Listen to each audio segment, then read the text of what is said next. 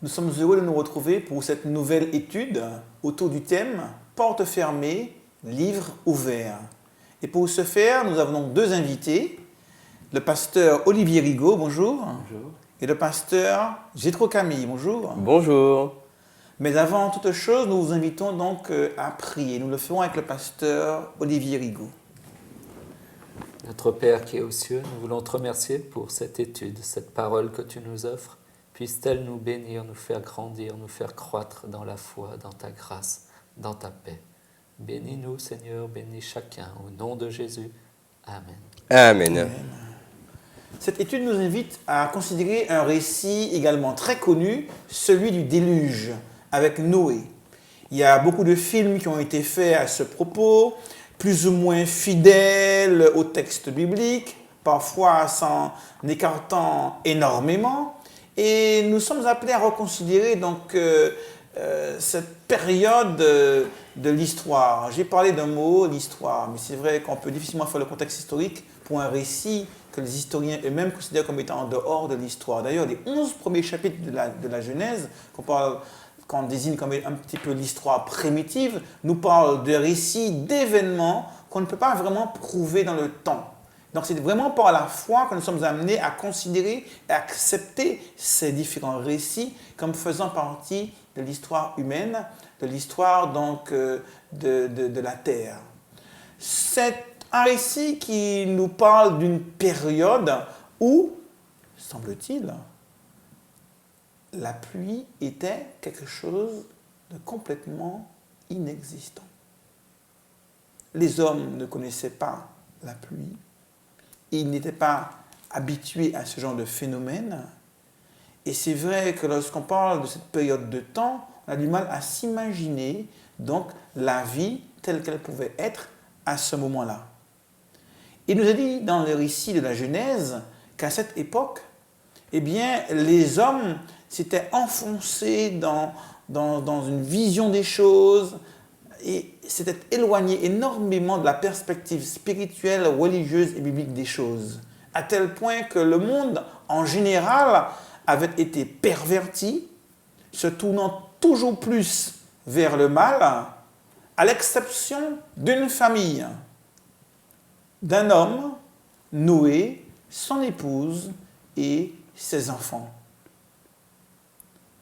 Jétro, quels sont les différents éléments que nous pourrions noter à propos de ce récit? Alors, tout d'abord, il faut relever une expression qui revient souvent dans la Bible.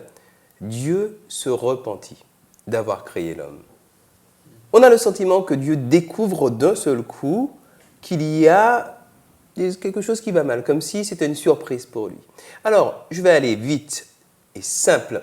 Il s'agit d'une image humaine de Dieu, ce qu'on appelle un anthropomorphisme, une image humaine de Dieu, une perception d'un Dieu qui serait comme un être humain, qui a une mauvaise surprise et qui se dit « mince alors, je n'aurais jamais dû ». C'est juste une image pour nous faire comprendre que Dieu désapprouve une situation. Mais Dieu étant omniscient, il ne découvre rien. Et puis c'est également ce qu'on appelle un réductionnisme, parce que finalement, les raisons pour lesquelles Dieu va provoquer un déluge sont des raisons infiniment plus complexes que la simple insatisfaction ou la simple colère. Il y a, vous le savez pour chacun d'entre nous, tous les jours un certain nombre de choix. Est-ce que je me brosse les dents pendant 5 minutes ou pendant 3 minutes, ou est-ce que je ne me brosse pas les dents?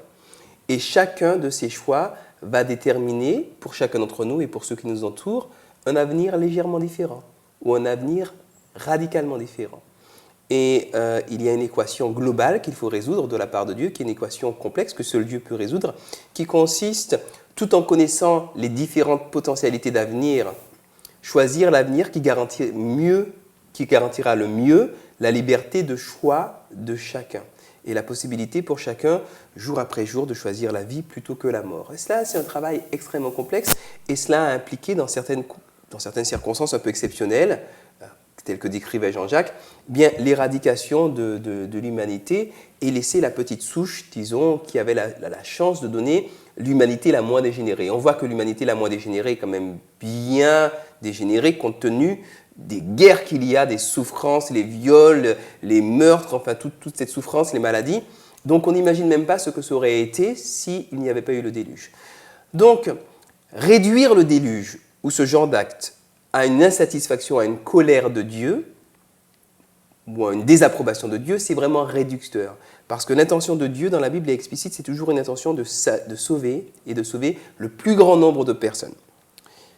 Alors, le déluge, à mon sens, est quelque chose pourtant en soi-même de tout à fait inacceptable. Et je voudrais encourager chacun de nos jeunes, de nos animateurs, à n'accepter ni la mort, ni la maladie, à ne jamais se résigner et à être fataliste devant ces choses-là. Ce sont des choses inacceptables et le déluge, quand on y réfléchit un petit peu, je ne sais pas si vous avez déjà vu une image de quelqu'un qui est noyé, c'est pas beau à voir, hein, c'est pas quelque chose d'agréable. Alors toute une population noyée, les bébés, les animaux, les femmes, les vieillards, enfin c'est quelque chose d'absolument épouvantable, c'est quelque chose d'horrible.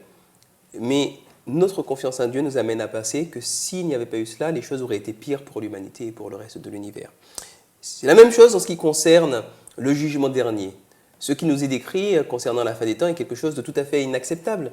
Des gens qui meurent, des gens qui paniquent, qui disent « rocher tombé sur nous », etc. Alors nous, avec notre médiocrité humaine, on se dit « ah, c'est bien fait pour eux, ils n'avaient qu'à être gentils. Nous, on a été gentils, on sera sauvés, mais pas eux. » Et puis, on est là comme des enfants qui disent « voilà, moi, j'ai eu un bonbon et pas toi. » Mais c'est quelque chose de tout à fait épouvantable et tout à fait inacceptable. Imaginez, et c'est une image à développer avec vos jeunes, vous avez des enfants et certains tournent mal au point que vous devez envisager de les éliminer. Vos propres enfants, c'est quelque chose d'épouvantable. Simplement, il faut avoir conscience que si Dieu le fait, c'est que s'il ne le faisait pas, les choses seraient tout simplement pires et deviendraient de plus en plus catastrophiques. Donc il nous reste notre confiance en Dieu qui nous aide à aller de l'avant sans forcément avoir l'explication sur tout, mais ne pas nous laisser décourager par ces choses qui peuvent nous sembler quand même épouvantables. On passe aux questions ouvertes avec Olivier. C'est vrai que le jugement est forcément quelque chose qui interpelle, qui peut même faire assez peur pour les jeunes. Mais peut-être il serait intéressant de montrer les parallèles qu'il y a entre le monde avant le déluge et le monde d'aujourd'hui, où finalement il y a de plus en plus d'injustice. Et peut-être de faire réfléchir les jeunes sur la justice. Qu'est-ce que la justice ? Dans un monde où il y a de plus en plus d'injustice, eh bien peut-être ce message d'un jugement de Dieu est finalement peut-être perçu aussi comme une bonne nouvelle, comme un Dieu qui veut mettre fin à un monde où le mal et la souffrance sévit. Peut-être leur demander, pour lancer un débat, est-ce qu'ils ont eux-mêmes été victimes d'une injustice ou est-ce qu'ils ont été injustement traités ? Et de leur dire, voilà, comment avez-vous réagi ? Quelles étaient vos réactions ? Et puis d'essayer de réfléchir sur la soif de justice. Pourquoi nous avons besoin de justice ? D'où ça vient ? Et de montrer que Dieu, finalement, est là pour répondre à cette quête de justice qui est en chacun. Et que le jugement final, finalement, est un appel le projet de Dieu pour pouvoir rétablir un monde nouveau. Voilà quelques pistes de réflexion. Nous vous remercions donc et nous vous souhaitons une bonne étude. À la semaine prochaine.